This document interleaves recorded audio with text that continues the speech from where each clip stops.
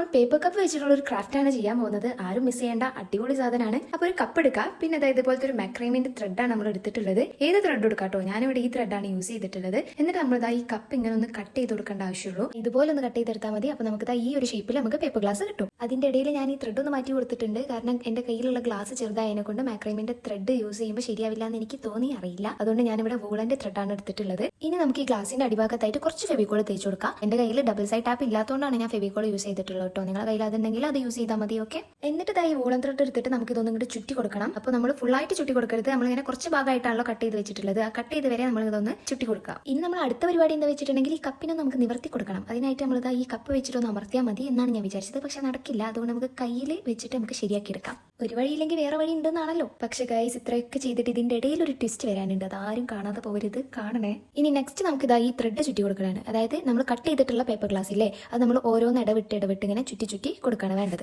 അങ്ങനെ ചുറ്റി ചുറ്റി വന്നപ്പോഴാണ് ഗൈസ് എനിക്കൊരു കാര്യം മനസ്സിലായത്. ഞാൻ കട്ട് ചെയ്തതിൽ എന്തോ ഒരു മിസ്റ്റേക്ക് ഉണ്ടെന്ന്. ഇതാണ് ഗൈസ് ഞാൻ പറഞ്ഞ ആ ട്വിസ്റ്റ്. പിന്നെ ഇനി എന്ത് നോക്കാനാണ്? അപ്പൊ തന്നെ ഞാൻ ആ ഗ്ലാസ് ഉപേക്ഷിച്ച് അടുത്ത ഗ്ലാസ് എടുത്ത്. പ്ലാൻ നമുക്ക് ഉപേക്ഷിക്കാൻ പറ്റില്ലല്ലോ. അടുത്തത് ഞാൻ വളരെ പ്ലാനിങ്ങോട് കൂടിയാണ് ഗൈസ് ഞാൻ ചെയ്യുന്നത്. ഇതങ്ങനെ വരച്ചൊക്കെ കൊടുക്കുന്നുണ്ട് കട്ട് ചെയ്യാൻ വേണ്ടിയിട്ട്. അപ്പൊ കട്ട് ചെയ്യുന്നതിൽ എന്താ മിസ്റ്റേക്ക് വന്നതെന്നല്ലേ, അതെങ്ങനെ മനസ്സിലാക്കിയെന്നല്ലേ. കാരണം നമ്മളിതിങ്ങനെ ഓരോന്ന് കട്ട് ചെയ്യുമ്പോൾ നമ്മളത് ഇവൺ ആയിട്ട് കട്ട് ചെയ്തത്, ഓട് വണ്ണായിട്ട് കട്ട് ചെയ്യണം. അതായത് ഒന്നെങ്കിൽ 11 പീസാക്കി കട്ട് ചെയ്യാം, അല്ലെങ്കിൽ 13 പീസാക്കിയിട്ട് അങ്ങനെ ഓടാക്കി കട്ട് ചെയ്യണം. ഞാൻ കട്ട് ചെയ്തത് എനിക്ക് തോന്നുന്നു 12 പീസായിട്ടാണ് കട്ട് ചെയ്ത് തോന്നുന്നു. അപ്പൊ ഞാനിങ്ങനെ ചുറ്റി വന്നപ്പോൾ അത് കറക്റ്റ് ആയി വന്നില്ല. അപ്പൊ നിങ്ങൾ ഇത് കട്ട് ചെയ്യുമ്പോൾ ഒന്നെങ്കിൽ 11 അല്ലെങ്കിൽ 13 അങ്ങനെ ഒറ്റ സംഖ്യ ആയിട്ട് കട്ട് ചെയ്തെടുക്കുക. ഇനി നമ്മൾ നേരത്തെ ചെയ്ത അതേ സെയിം തന്നെ ചെയ്യുക. അടിയിൽ കുറച്ച് ചുറ്റി കൊടുക്കുക, പിന്നെ ഓരോന്ന് ഇടവിട്ട് ചുറ്റി കൊടുക്കുക. കട്ടിങ്ങിൽ മാത്രം വ്യത്യാസം വന്നിട്ടുള്ളൂ കേട്ടോ. അങ്ങനെ നമ്മൾ ചുറ്റി കൊടുത്തത് ഈ ഒരു പരുവത്തിലായി കിട്ടിയിട്ടുണ്ട്. ഇനി നമ്മൾ ഈ നൂലൊന്ന് ഉള്ളിലോട്ടായിട്ട് സ്റ്റിക്ക് ചെയ്ത് കൊടുത്താൽ മതി. അടുത്തത് ഈ അറ്റൊക്കെ ഒന്ന് ഇങ്ങനെ കട്ട് ചെയ്ത് കൊടുക്കുക. നെക്സ്റ്റ് ഇനി ഇതുപോലത്തെ ഫോൾഡ് ചെയ്യാൻ പറ്റുന്ന ഒരു കമ്പി എടുത്തിട്ട് നൂല് ചുറ്റി കൊടുക്കുക. ഇതുപോലെ. ഇനി നമുക്ക് ഈ കമ്പി ഇതിന്റെ ഉള്ളിലോട്ട് വെച്ചിട്ട് ഇതുപോലെ ഫോൾഡ് ചെയ്ത് കൊടുക്കാം. അങ്ങനെ ഗൈസ് നമ്മുടെ കൊട്ടക്കുട്ടി റെഡി ആയിട്ടുണ്ട്. നമുക്ക് ഇനി അറ്റഭാഗം ഒന്ന് വൃത്തിയാക്കാൻ വേണ്ടിയിട്ട് കുറച്ച് ലേസ് ഒട്ടിച്ചു കൊടുക്കാം. ഇനി നമുക്ക് ഒരു ഫ്ലവറും കൂടെ ഒട്ടിച്ചു കൊടുത്ത് കുറച്ച് ആർഭാടമാക്കി എടുക്കാം. ഏത്